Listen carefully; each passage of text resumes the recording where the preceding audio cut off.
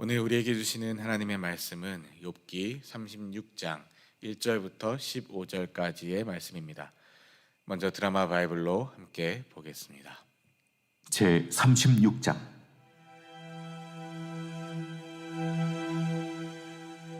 엘리후가 말을 이어 이르되, 나를 잠깐 용납하라. 내가 그대에게 보이리니 이는 내가 하나님을 위하여 아직도 할 말이 있습니다. 내가 먼 데서 지식을 얻고 나를 지으신 이에게 의를 돌려보내리라. 진실로 내 말은 거짓이 아니라 온전한 지식을 가진 이가 그대와 함께 있느니라.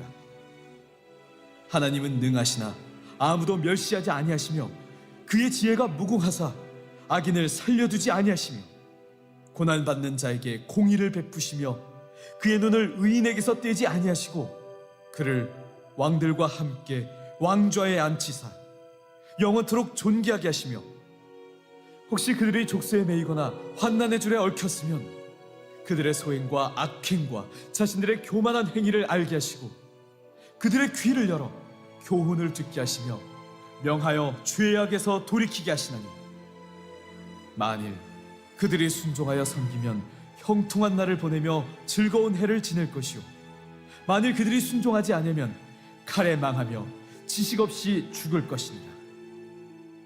마음이 경건하지 아니한 자들은 분노를 쌓으며 하나님이 속박할지라도 도움을 구하지 아니하나니 그들의 몸은 젊어서 죽으며 그들의 생명은 남창과 함께 있도다. 하나님은 곤고한 자를 그 곤고에서 구원하시며 학대당할 즈음에 그의 귀를 여시나니. 아멘. 우리 오늘 본문 말씀 저와 여러분 한 절씩 교독할 때에 제가 먼저 봉독하도록 하겠습니다. 엘리후가 말을 이어 이르되 나를 잠깐 용납하라. 내가 그대에게 보이리니 이는 내가 하나님을 위하여 아직도 할 말이 있음이라. 내가 먼 데서 지식을 얻고 나를 지으신 이에게 의를 돌려보내리라. 진실로 내 말은 거짓이 아니라 온전한 지식을 가진 이가 그대와 함께 있느니라. 하나님은 능하시나 아무도 멸시하지 아니하시며 그의 지혜가 무궁하사 악인을 살려두지 아니하시며 고난받는 자에게 공의를 베푸시며 그의 눈을 의인에게서 떼지 아니하시고 그를 왕들과 함께 왕좌에 앉히사 영원토록 존귀하게 하시며 혹시 그들이 족쇄에 매이거나 환난의 줄에 얽혔으면 그들의 소행과 악행과 자신들의 교만한 행위를 알게 하시고 그들이 귀를 열어 교훈을 듣게 하시며 명하여 죄악에서 돌이키게 하시나니 만일 그들이 순종하여 섬기면 형통한 날을 보내며 즐거운 해를 지낼 것이요 만일 그들이 순종하지 아니하면 칼에 망하며 지식 없이 죽을 것이니라. 마음이 경건하지 아니한 자들은 분노를 쌓으며 하나님이 속박할지라도 도움을 구하지 아니하나니 그들의 몸은 젊어서 죽으며 그들의 생명은 남창과 함께 있도다. 하나님은 곤고한 자를 그 곤고에서 구원하시며 학대당할 즈음에 그의 귀를 여시나니. 아멘. 이번에 여러분께서 먼저 읽겠습니다. 시작. 엘리후가 말을 이어 이르되 나를 잠깐 용납하라. 내가 그대에게 보이리니 이는 내가 하나님을 위하여 아직도 할 말이 있음이라.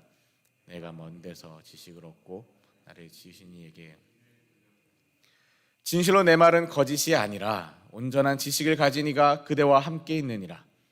하나님은 능하시나 아무도 멸시하지 아니하시며 그의 지혜가 무궁하사 악인을 살려두지 아니하시며 고난받는 자에게 공의를 베푸시며 그의 눈을 의인에게서 떼지 아니하시고 그를 왕들과 함께 왕좌에 앉히사 영원토록 존귀하게 하시며 혹시 그들이 족쇄에 매이거나 환난의 줄에 얽혔으면 그들의 소행과 악행과 자신들의 교만한 행위를 알게 하시고 그들이 귀를 열어 교훈을 듣게 하시며 명하여 죄악에서 돌이키게 하시나니 만일 그들이 순종하여 섬기면 형통한 날을 보내며 즐거운 해를 지낼 것이요 만일 그들이 순종하지 아니하면 칼에 망하며 지식 없이 죽을 것이니라. 마음이 경건하지 아니한 자들은 분노를 쌓으며 하나님이 속박할지라도 도움을 구하지 아니하나니 그들의 몸은 젊어서 죽으며 그들의 생명은 남창과 함께 있도다. 하나님은 곤고한 자를 그 곤고에서 구원하시며 학대당할 즈음에 그의 귀를 여시나니. 아멘. 자, 이제 엘리후의 이야기가 계속 이어지고 있는 36장의 말씀입니다. 이제 36장에서도 엘리후가 계속해서 말을 합니다. 그러면서 내 말을 좀 들어주십시오. 하나님을 위해서 또 하나님 편에서 할 말이 더 있습니다 라고 이야기합니다. 그러면서 자기의 주장을 이어가고 있습니다. 여러분, 하나님 편에서 내가 하나님을 위해서 무엇인가 할 말이 있다, 혹은 내가 하나님을 위해서 하는 일이다, 아니면 내가 하나님 편에서 할 말이 있다, 같은 말이지만요, 하나님 편에서 내가 해야 할 일이 있다, 내가 하나님 때문에 하는 일이다, 복음 때문에 하는 말이다, 이런 이야기들을 할 때가 간혹 있죠. 자주 있는 것 같지는 않지만 간혹 있습니다. 근데 여러분, 이 말은 참 조심해야 할 말 중에 하나입니다. 조심해야 할 말 중에 하나. 왜냐하면 정말 하나님을 위해서 하는 말인지, 정말 하나님 편에 서서 하는 말인지, 아니면 하나님을 위해서 하는 말이다, 하나님 편에서 하는 말이다 라고 하면서 그 안에 내 욕심, 내 생각, 내 주장, 내 고집, 내 교만함이 살짝 숨겨 있는 건 아닌지,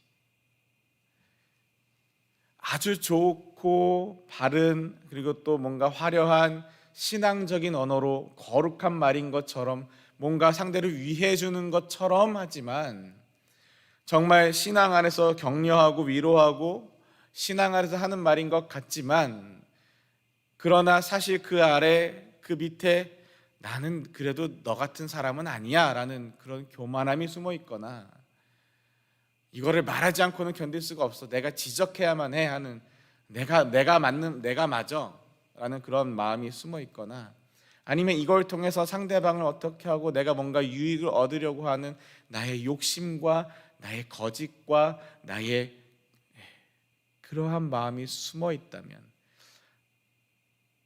그것을 잘 봐야 하기 때문에 하나님 편에서 할 말이 있다, 혹은 하나님을 위해서 하는 거다, 하나님 때문에 하는 거다, 이런 말을 할 때는 정말로 조심해야 합니다. 특별히 누가 더 많이 조심해야 될까요? 교회를 처음 나오신 분이 조심해야 할까요? 아니면 교회를 한 30년 다니신 분이 조심해야 될까요? 교회에서 아무런 직분도 맡지 않은 분들이 더 조심해야 할 말일까요? 아니면 교회에서 뭔가 직분을 맡거나 아니면 목사가 더 조심해야 할 말일까요? 아주 기본적인 상식으로 교회를 오래 다니신 분들이 더 이런 말을 할 가능성이 많고, 교회에서 뭔가 아무런 봉사나 직분을 맡지 않은 분이 아니라 교회에서 뭔가 직분을 맡고 봉사를 많이 하고 앞에 서서 저처럼 말을 하는 이 목사의 자리에 있는 사람들이 더 조심해야 할 말입니다. 왜냐하면 때로는 이 말이요, 다른 사람을 속이는 말이 되기도 하지만 때로는 이 말이 나 자신을 속이고 있기도 하기 때문에 그렇습니다. 내가 나를 속이는지도 모르고 이 말을 합니다. 이 말을 하면서 내가 하나님 편에서 하나님을 위하여, 복음을 위하여 이런 말을 한다, 복음을 위하여, 하나님의 말씀을, 하나님의 정의, 하나님을 지키기 위하여, 신앙의 질서를 지키기 위하여 다른 사람들을 책망하거나 어떤 말을 던지거나 어떤 말을 이야기할 때, 내가 내 안에 나의 교만함, 나의 자존심, 나의 상한 마음, 혹은 나의 욕심, 나의 이기심, 이런 것이 있다는 것 자체를 모르고 있으면서도 그것마저 모르고 나마저 속여서 그런 말을 할 때가 정말 위험한 때거든요. 자기가 잘못을 해놓고도 잘못한 줄 모르는 거, 내가 나를 속이고 거짓으로, 욕심으로, 교만함으로 한 말이, 그렇게 말을 하였으면서도 불구하고 나는 정말 하나님을 위해서 말했다, 나는 정말 교회의 정의를 위해서 말했다, 나는 정말 교회의 바른 질서를 위해서 말했다, 나는 정말 형평성과 공평을 위해서, 정의를 위해서, 공의를 위해서 말했다 라고 말을 할 수도 있기 때문에 그런데 오히려 그렇게 말을 해서 그래서 무엇을 이루는지를 보면 더 확실해집니다. 정말 그렇게 정의를 위해서, 공의를 위해서 말을 했는데 하나님을 위해서, 하나님 편에서 하나님의 마음으로 말을 한다라고, 하나님의 뜻에 순종함으로 말을 한다 하면서 했던 그 모든 말과 행동과 결과들이 분열을 일으키고 하나됨을 깨뜨리고 교회를 갈라서게 하고 성도들의 마음을 이간질하고 마음을 서로 상하게 하고, 그렇게 한다면 과연 그게 정말 하나님 편에서 하는 말일까요? 그게 정말 하나님을 위해서 하는 말일까요? 하나님이 정말 원하시는 게 교회가 갈라지고 깨어지고 성도들의 마음이 상하여서 서로 등지고 하나됨이 깨뜨려지고 분열되고 이간질하여 마음이 상하고, 정말 하나님이 그걸 원하시는 걸까요?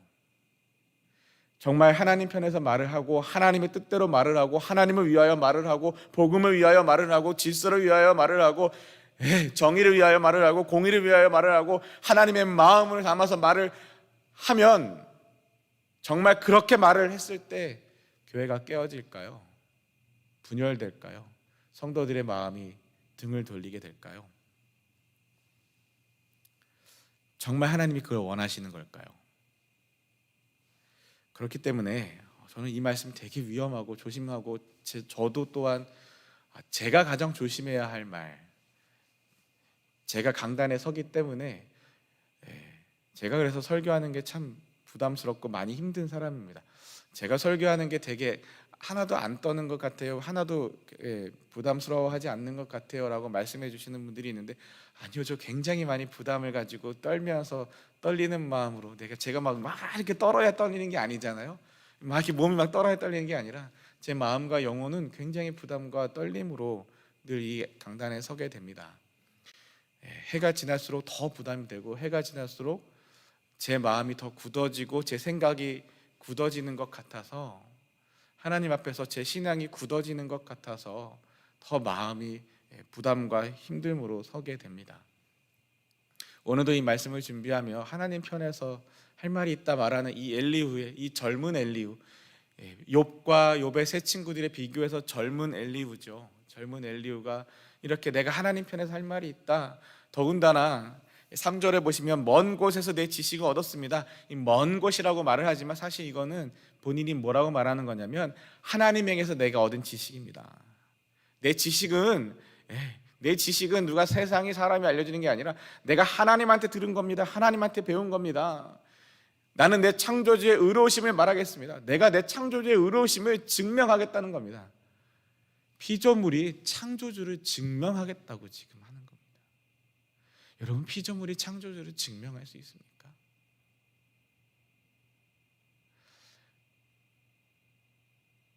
이 엘리후가 욥을 향해서 당신이 교만하다고, 죄를 인정하지 않는다고 막 이런 얘기를 하면서도 정작 자신은 나의 지식은 하나님에게서부터 온 겁니다. 나는 내 창조주, 의로우신 그 창조주를 내가 대변하겠습니다. 창조주의 의로우심을 말하겠습니다. 내가 그 하나님 편에서 하나님을 위하여 여러분에게 가르치겠습니다 하는 겁니다. 자신을 속이고 있는 것 같아요, 마치. 엘리후가 본인이 뭔 말을 하는지도 모르고 내가 하나님을 위해서 한다고, 그 안에 얼마나 편협하고 굳어져 있고 그 안에 정말 교만함이 숨어 있는 것을 모르고 말을 하고 있는 것처럼 보여서 이 모습이 제 모습이지 않을까 싶어서 너무나 두렵습니다. 4절에 또 이렇게 말해요. 나는, 3절에도 나는, 4절에도 또 나는 지혜로 가득 차 있기 때문에 진실만을 말할 것입니다. 지혜로 가득 차 있기 때문에 진실만을 말할 겁니다.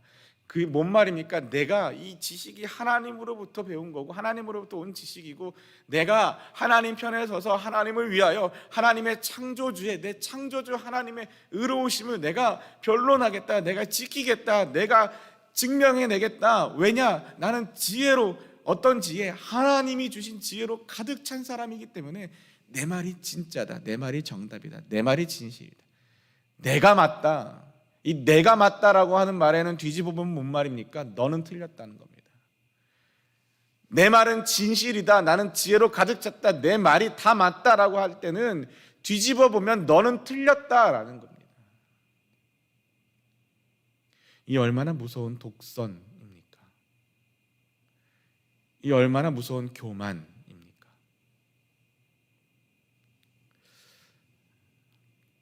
그리고 또한 이 내 창조주의 의로우심을 말하겠다 하는데 과연 피조물이 창조주를 다 이해할 수나 있습니까? 만약에 실제로 인간이 하나님을 다 이해할 수 있거나 다 증명할 수 있거나 다 논리적으로 설명할 수 있다면 여러 번 말씀드렸지만 그런 하나님이 정말 하나님이십니까? 피조물이 다 이해할 수 있는 창조주가 정말 창조주이십니까? 아니겠죠. 내가 다 이해되는 분이면 나보다 못한 분인 거예요. 그런 분이 어떻게 창조주 하나님일 수 있겠어요? 피조물이 다 이해할 수 있는 하나님이 인간이 다 이해하고 다 논리적으로 설명하고 다 증명할 수 있는 그 하나님이 어떻게 하나님일 수 있겠어요? 내 머릿속에 있는 생각보다도 작은 분인데 하나님은요, 창조주는 피조물이 다 알 수도 없고 다 깨달을 수도 없고 다 증명할 수도 없고 다 설명할 수도 없는 분이 바로 우리 하나님이십니다. 왜요? 인간은, 피조물은, 저와 여러분, 우리는 제한적인 사람이에요. 생명의 시간도 제한적이고 살아가는 공간도 제한적이고 경험하는 인생의 경험들도 제한적이고 배우는 지식도 제한적이고 아무리 많이 배우고 아무리 많이 경험하고 아무리 많은 것을 돌아다녀 봤자 우리의 삶의 모든 것들은 하나님 앞에서 매우 제한적인 것이 우리 인생입니다. 그런 하나님 어떤 분이십니까? 시간의 처음과 끝, 공간의 처음과 끝, 모든 것을 창조하시고 모든 것을 아시고 모든 곳에 계시는 분. 그런데 어떻게 제한적인 우리가 전체적인 하나님을 다 이해할 수 있단 말입니까? 우리의 경험 안에서, 지식 안에서 겨우 요만큼 이해하는 게 최선이겠죠. 그러니 우리가 다 설명할 수 있는 하나님은 결코 하나님일 수 없는 겁니다. 그런데 엘리후가, 이 젊은 엘리후가 나한테 지혜로 가득 차 있기 때문에 진실만을 말할 것입니다, 내 창조주의 의로우심을 말하겠습니다 하며 하나님은 전능하시지만 아무도 무시하지 않으십니다.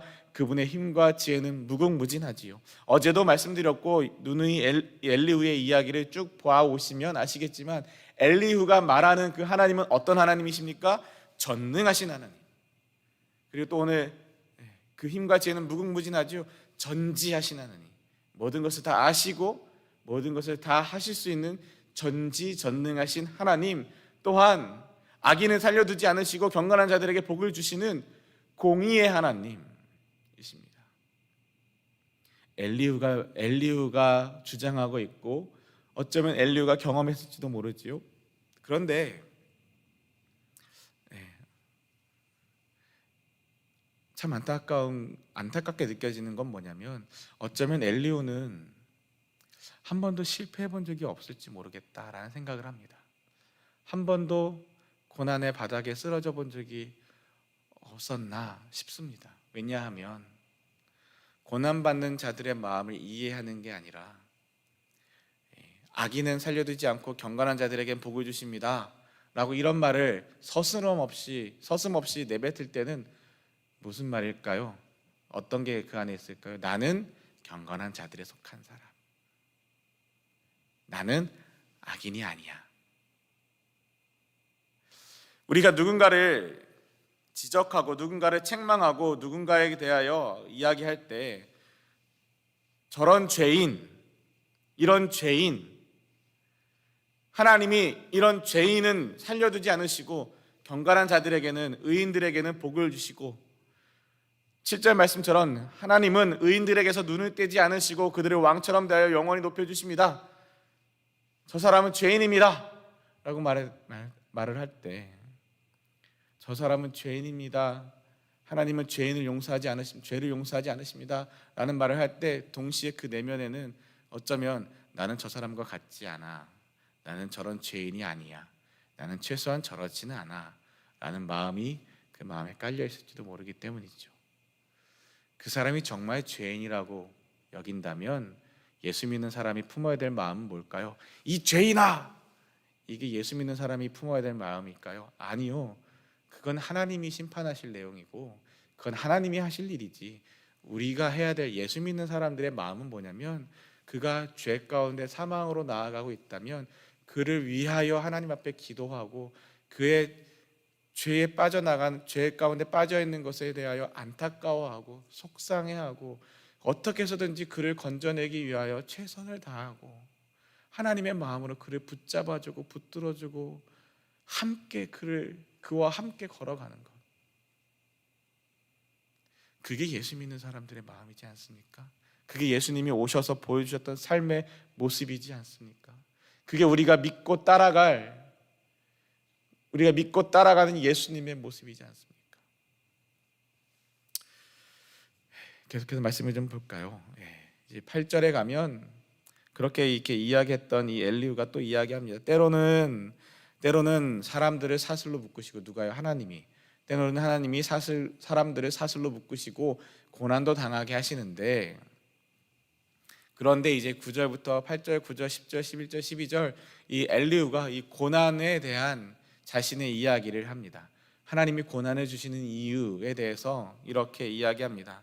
그렇게 해서 저들이 한 일을 보이시고 고난을 당하게 하심으로 자기들이 뭔 짓을 했는지 보게 하시고, 자기들이 잘난 체하며 지은 그 교만하면서 지은 죄, 잘난 체하며 하나님 없다 하며 내가 하나님보다 더 뛰어난 척하며 지은 죄를 알게 하시고, 고난을 통해서 첫 번째로 죄를 알게 하신다. 또한 10절에 이야기합니다. 그 고난을 당하게 하심으로 사람의 귀를 열어서 훈계하시고, 두 번째 하나님의 말씀을 듣게 하신다. 고난을 통하여 하나님의 훈계를 듣게 하신다.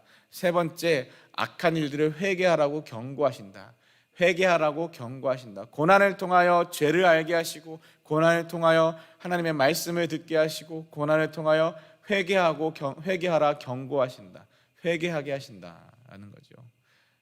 왜 이런 말들을 할까요? 이런 말이 틀렸다는 말이 아니고요, 이 말이 잘못됐다는 말이 아니고, 엘리후가 지금 왜 이 말을 할까요?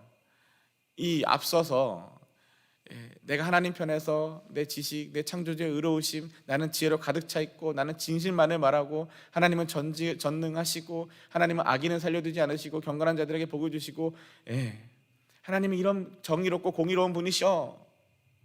그런데 왜 욥 어르신 당신은 왜 당신이 하나님보다 의롭다고 말하는 겁니까? 왜 하나님 앞에서 당신은 회개하지 않는 겁니까? 왜 당신이 죄인이라는 것을 인정하지 않는 겁니까?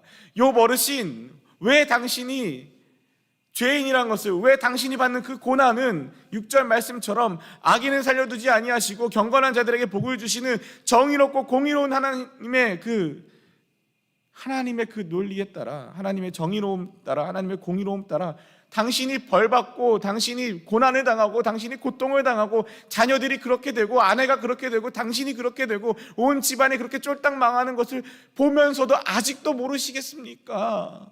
당신이 죄인인 것을 아직도 모르시겠습니까? 왜 회개하지 않으십니까? 왜 고난을 받으면서도 그러고 계십니까? 그러니 고난은 죄를 알게 하는 겁니다. 제발 당신의 죄를 고백하십시오. 고난을 통하여 하나님의 훈계를 듣게 하시는 겁니다. 제발 하나님이 하시는 말씀 좀 들으십시오. 고난을 통하여 하나님은 회개하라 경고하십니다. 제발 회개하고 주님 앞으로 돌아오십시오. 만약 사람들이 마음을 돌려 순종하면, 이 사람들이라고 말을 애둘러 말하지만, 만약 욥 어르신 당신이 마음을 돌려 순종하면 결국 행복하게 되고 평안을 누리게 될 겁니다. 그렇지만 당신이 순종하지 않으면 칼을 보내어 치시고 망하게 하시지요. 그게 하나님이십니다. 하나님은 그런 공의로운 분이십니다. 정의로운 분이십니다. 그러니 고난을 당하는 당신은, 당신의 고난을 보면 당신은 분명 죄인이 맞습니다. 그러니 제발 당신의 죄를, 하나님이 깨닫게 하시는 당신의 죄를 바라보시고 하나님의 훈계를 들으시고 하나님 앞에서 회개하십시오. 이 이야기를 그래서 이어서 하고 있는 것입니다. 이 말은 참 중요합니다. 참 맞지요. 저와 여러분도 최소한 저는 욥처럼 의로운데도 불구하고 죄가 없음에도 불구하고 하나님 앞에서 바르게 삶에도 불구하고 고난을 받는 그런 사람은 아닙니다. 분명히 저의 죄 때문에, 저의 연약함 때문에, 저의 부족함 때문에 항상 넘어지고 쓰러지고 죄 가운데 쓰러지고 고난을 당하고 어려움을 겪습니다. 그러니 저와 같은 분들이 계시다면 엘리후의 말처럼 그런 고난을 당할 때 나의 죄가 무엇인지를 돌아보고 하나님이 내게 하시는 말씀이 무엇인지를 귀 기울여 겸손하게 듣고 회개해야 될 것이 있다면 회개하고 돌아서는 것, 그것이 저와 여러분 우리의 몫이지 않겠습니까? 마찬가지입니다. 마찬가지로 엘리후도 정말 이렇게 믿는다면 이 논리를 자신에게 적용하면 됩니다. 이 논리를 가지고 정말 하나님이 정말 이 지혜를 주셨다면 그 지혜를 가지고 자신에게 적용하면 됩니다. 정말 하나님이 지혜를 주셨다면 고통당하는 사람들, 고난받는 사람들에게 이 논리, 아무리 이 말이 맞다고 하더라도, 아무리 이 말이 바른 말이라고 하더라도 고통 가운데 있고 상처 가운데 있고 슬픔 가운데 있는 사람들에게 바른 말을 함으로 그의 마음을 더 찢어지게 하고 옳은 말을 함으로 그의 마음을 더 무너지게 한다면 그것이 어떻게 하나님의 마음일 수 있겠습니까? 이것은 자신에게 적용하면 됩니다. 정말 지혜로운 자들은 자신에게 적용하는 겁니다. 다른 사람들에 적용하는 게 아닙니다. 설교를 듣거나 말씀을 듣다 보면 어떤 분들이, 저도 예전에 그런 적들이 있지만, 말씀을 들으면서 어떤 말씀을 설교를 딱 들으면서 이거는 우리 와이프가 들어야 되는데, 이건 누가 들어야 되는데, 이건 아무개가 우리 순원 아무개 집사님이 들어야 되는데, 왜 오늘 예배를 안 온 거야? 들어야 되는데 이 말 보내줘야겠다 막 이러면서. 아니요, 정말 지혜로운 사람, 정말 그 말씀을 하나님의 말씀으로 받는다면 그 말씀이 나에게 하시는 말씀, 근데 혹은 위로의 말씀, 하나님의 사람을 세워주시는 그 귀한 말씀이 있다면, 근데 우리가 보통 이거 누가 들어야 되는데 라고 말을 생각할 때는 마음에 찔림이 있거나 뭔가 회개하게 하거나 돌이켜야 되는 그런 말씀들 앞에 설 때 그런 말씀 듣게 되면 이거 누가 들어야 되는데, 누구긴 누구예요? 내가 들어야 되는 말이죠. 누가 아니라 내가 들어야 되는 말인 겁니다. 정말 다른 사람들에게 전해줘야 되는 말은 위로와 격려와 회복의 말씀드리겠지요. 그러면서 근데 이 말 자체는 틀린 말이 아니죠. 저와 여러분에게는 말입니다. 그러나 이 욥에게는 해당되지 않은 말이지 않습니까? 우리가 이미 익히 알고 있지 않습니까? 엘리후가요, 하나는 알고 둘은 모르는, 어제도 말씀드렸지만 하나는 알고 둘은 모르는 이런 모습. 또 계속해서 말씀을 보면요, 경건하지 못한 자들은 마음에 원망을 품고, 여기서 경건하지 못한 자들이라고 또 표현했고, 앞에서도 만약 사람들이 마음을 돌려 순종하면이라고 말을 했고, 하지만 이게 누구에게 하는 말이라고요? 욥 어르신에게 하는 말이, 만약 욥 당신이 마음을 돌려 순종하면, 만약 욥 당신이 순종하지 아니하면, 그러면서 경건하지 못한 자들은 마음에 원망을 품고 그분이 벌을 내리실 때에도 도와주세요라고 기도하지 않습니다 라고 말을 하면서, 이게 누구한테 하는 말이라고요? 욥에게. 욥 어르신, 당신은 마음에 원망을 품고 하나님 앞에 회개하고 도와주세요, 이게 뭔 말입니까? 회개하는 겁니다. 회개하지 않습니다. 기도하지 않습니다. 그런 자들은 부도덕하게 살다가 일찍 죽고 맙니다. 당신의 모습을 보세요. 죽을 날이 얼마 안 남은 것 같지 않습니까? 그러나 경건한 자들이 고난당할 때 그분께서 구해주시고 고통당할 때 귀를 여십니다. 이 15절의 말씀이 이게 뭔 말일까? 갑자기 여기까지 하다 왜 또 이야기가 또 나올까? 앞에서도 고난에 대해서 이야기하면서 9절의 말씀에서도 10절의 말씀에서도 그분은 사람의 귀를 열어서 훈계하십니다라고 했는데 15절에 와서 왜 또 이렇게 또 이야기 또 할까 봤더니, 이 15절의 말씀을 다른 버전으로 보면, 우리가 아까 교독했던 개역개정에서는 하나님은 곤고한 자를 그 곤고에서 구원하시며 학대당할 즈음에 그의 귀를 여시나니 라고 되어 있고, 제가 봤던 쉬운 성경에서는 고통당할 때 귀를 여시지오 되어 있고, 이게 세번역에 가보니까 세번역 성경에서는 그러나 사람이 받는 고통은 하나님이 사람을 가르치시는 기회이기도 합니다. 사람이 고통받을 때에 하나님은 그 사람의 귀를 열어서 경고를 듣게 하십니다 라고 번역되어 있습니다.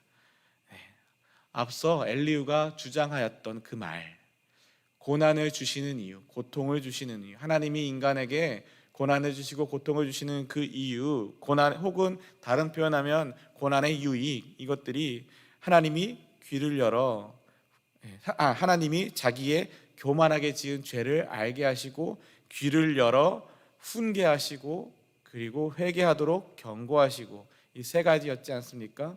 이렇게 그 이야기를 다시 한번 반복해서 주장하고 있는 것입니다. 사람의 고통은 하나님의 경고를 듣게 하는 겁니다. 사람이 고통받는 것은 하나님의 사랑을 가르치는 기회, 하나님이 이렇게 사용하십니다. 고난을 도구로 사용하셔서 사람들에게 하나님의 사랑을 가르치시고 하나님에게 돌아오게 하십니다 라고 이야기하고 있습니다. 또한 욥기 33장, 이미 앞서 보았던 33장에서도 엘리후는 이렇게 이야기하고 있었습니다. 16절에 보면 바로 그때 하나님은 사람들의 귀를 여시고 말씀을 듣게 하십니다. 경고를 받게 하십니다. 왜냐하면 하나님은 사람들이 죄를 짓지 않도록 하시고 사람들의 귀를 열어서 말씀을 듣고 경고를 받게 하심으로 하나님은 사람들이 죄를 짓지 않도록, 교만하지 않도록, 파멸에 빠지지 않도록 지켜주시며 사람의 목숨을 사망에서 건져주시고 잘못을 고쳐주시기도 합니다. 이게 엘리후가 믿고 있는, 알고 있는 고난의 유익, 하나님이 고난을 주시는 이유입니다. 감사한 건 하나님이 사람들을 죄에서 건져내길 원하시고 돌이키길 원하시고 회개하길 원하시는 그 하나님의 마음은 이 가운데 담겨 있습니다. 다시 우리 본문으로 돌아가게 되면, 사랑하는 저와 여러분, 이 엘리후가 고난에 대하여 말하고 고난의 유익에 대하여 말하고 고난을 통하여 실질적으로 저와 여러분 우리가 얻게 되는 이 고난을 정말 고난으로만 끝내면 얻는 게 없지요. 고난을 통하여 하나님을 알게 되고 하나님 앞에 돌이키게 되면 그것이 유익일 것입니다. 그것은 중요합니다. 그러나 이것은 나에게 적용하시고 이것을 가지고 다른 사람, 타인에 대하여, 타인의 고통과 고난에 대하여 어설프게 위로하려 하거나 그 원인을, 그 고통을 분석하려 하거나 당신이 왜 이런 고난을 당했는지 설명하려고, 논리적으로 증명하려고 하거나 혹은 책망하려고, 왜 도대체 회개하지 않냐고, 왜 도대체 돌아오지 않냐고 책망하거나 이렇게 하는 것보다 정말 예수 믿는 사람의 더 우선되어야 할 모습은 무엇이냐면, 고통받는 자녀들을 보시며 안타까워하시고 애달파하시고 애통해하시며 마침내 아들을 내어주시기까지 우리의 고통과 고난과 우리의 어려움 가운데 함께 아파하시는 그 하나님의 마음을 본받아. 하나님의 마음이 어떤 마음이라고요? 고통 가운데, 죄 가운데 사망으로 나아가고 있는 이 땅의 인간들, 바로 저와 여러분 우리들을 죄 가운데서 허덕이고 죄 가운데서 사망으로 나아가고 있는 우리들을 애타하시며 안타까워하시며 어쩔 수 없어서 마침내 아들까지 내어주시는 분, 그래서 우리를 건져내길 원하시는 분, 그게 바로 하나님의 마음입니다. 우리 때문에 아파하시는 게 바로 하나님의 마음입니다. 그 하나님의 마음을 본받는 예수 믿는 우리는 고통 가운데 있는 다른 이들을 향하여 하나님의 마음으로 위로하고 하나님의 마음으로 그 손을 붙잡아주고 하나님의 마음으로 함께 아파하고 하나님의 마음으로 함께 눈물 흘려주는 것, 그것이 예수 믿는 저와 여러분 우리의 모습이어야 하지 않겠습니까? 정의의 하나님, 공의의 하나님, 심판의 하나님, 네, 하나님은 그런 모습도 있습니다. 그러나 동시에 하나님은 용서하시는 하나님, 자비의 하나님, 사랑의 하나님이십니다. 우리가 이 시간 하나님 앞에 기도할 때 내 자신을 향하여서는 하나님, 내가 정말 이 가운데서 하나님의 마음을 깨닫게 하여 주시옵소서. 하나님 앞에서 회개할 것이 있다면 회개하고 돌이킬 것이 있다면 돌이키게 하여 주시옵소서.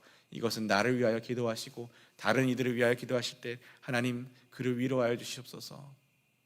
붙잡아 주시옵소서. 다시 일으켜 주시옵소서. 그 죄 가운데서 건져내어 주시옵소서. 하나님, 이를 위하여 내가 어떻게 드려지면 되겠습니까? 이를 위하여 내가 무엇을 할 수 있겠습니까? 내가 그와 함께 울고 그와 함께 애통해하며 그의 손을 붙잡아 주며 내가 비록 손해볼지라도 나의 것을 나누어 주어서 그렇게 해서라도, 하나님은 아들을 내어주셨는데 내가 무엇을 못 나눠준다는 말입니까? 하나님, 그렇게 해서라도 하나님, 그 영혼이 주님 앞으로 회복될 수 있도록 주님 나를 사용하여 주시옵소서. 이것이 예수 믿는 저와 여러분이 이 성탄의 계절에 주님이 오시는, 하나님이 아들을 내어주시는 이 성탄의 계절에 저와 여러분이 품어야 할 마음인 줄 믿습니다. 주님이 가르쳐 주신 기도 함께 올려드리고 또한 함께 기도 제목을 가지고 기도하도록 하겠습니다. Our Father who art in heaven, hallowed be thy name. Thy kingdom come, thy will be done on earth as it is in heaven. Give us this day our daily bread, and forgive us our trespasses, as we forgive those who trespass against us. And lead us not into temptation, but deliver us from evil. For thine is the kingdom, the power, and glory, forever and ever. 아멘. 이 말씀 붙들고 함께 기도하며 나를 돌아보고 이웃을 위하여 함께 기도하는 시간 되기를 원하고요. 하나님 가르쳐 주신 십계명, 하나님을 사랑하고 이웃을 사랑하는 이 십계명 어디를 봐도 이웃에 대해서 정죄하고 이웃에 대하여 심판하고 하나님의 정의 하나님, 공의 하나님의 이름을 가지고 다른 사람들에 대하여 함부로 대하라는 말이 하나도 없습니다. 오히려 이웃의 생명을 귀하게 여기고 그들의 재산도, 그들의 가정도, 그들의 것들도 다 귀하게 여기는 하나님의 마음이 담아 있지 않습니까? 십계명의 말씀 붙들고 함께 기도하기 원하고요. 이번 한 주간 기도하고 있는 티벳의 이강산 선교사님 위하여 기도해 주시고, 티벳 그 땅을 위해서 함께 기도하시고, 또한 오늘 금요일입니다. 오늘은 금요 예배 때 우리 유스 학생부를 담당하고 계시는 샘신 전도사님의 간증 시간이 있습니다. 정말 귀하게 그 인생 가운데 역사하신 하나님을 우리가 함께 듣고 그 은혜를 나눌 때 우리에게도 동일한 은혜가 있기를 위하여 간구하고 기도하는 저와 여러분 되시기를 소망합니다. 10여 한 달 동안 불이웃 돕기 헌금을 진행하고 있고요. 이번 주일에 2부 예배 시간에는 유아 세례식, 3부 예배 시간에는 세례식이 있습니다. 그리고 주일 오후에는 3부 예배를 마치고 나서는 청년들이 어르신들을 찾아뵙고 성탄의 기쁨을 나누는 청년 배달 메리 크리스마스 사역이 진행됩니다. 그리고 다음 주에는 26일에는 임직식이 또한 있습니다. 그리고 바로 전날 토요일 25일에는 성탄 예배가 있습니다. 교회의 이 연말에 정말 하나님이 우리 가운데 하나님의 마음과 하나님의 사랑과 하나님의 은혜를 회복시켜 주시고 성탄의 기쁨이 나만을 위한 기쁨이 아니라 우리 모두를 위한 기쁨, 나랑 친하고 교회 열심히 다니는 사람들만을 위한 기쁨이 성탄이 아니라 정말 외롭고 어렵고 춥고 어두운 곳에 있는 이들을 향한 그 성탄의 은총이 모두에게 임하기를 위해서 기도해 주시길 원합니다. 여러 환우들을 위해서 기도해 주시고요. 함께 기도하실 때에 우리 주여 부르짖고 하나님 앞에 기도하며 나아가겠습니다. 주여,